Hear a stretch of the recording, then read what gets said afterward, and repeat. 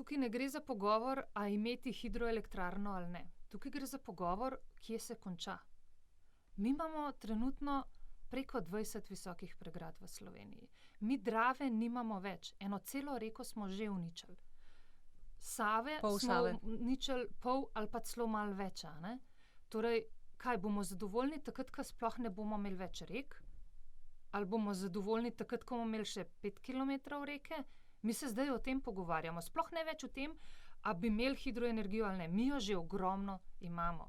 In jaz mislim, da sploh recimo, kar se tiče srednje Save, ne, da sploh ne omenjam Mure, smo na tisti meji, ko reko še imamo. Če bomo te projekte, ki jih trenutno predlagajo, reke ne bomo imeli več. A smo res pripravljeni našo največjo reko dati za nekaj gigabajtov električne energije, ki jo lahko prišparamo ali pa sproduciramo iz drugih virov, ki so veliko manj škodljivi za okolje.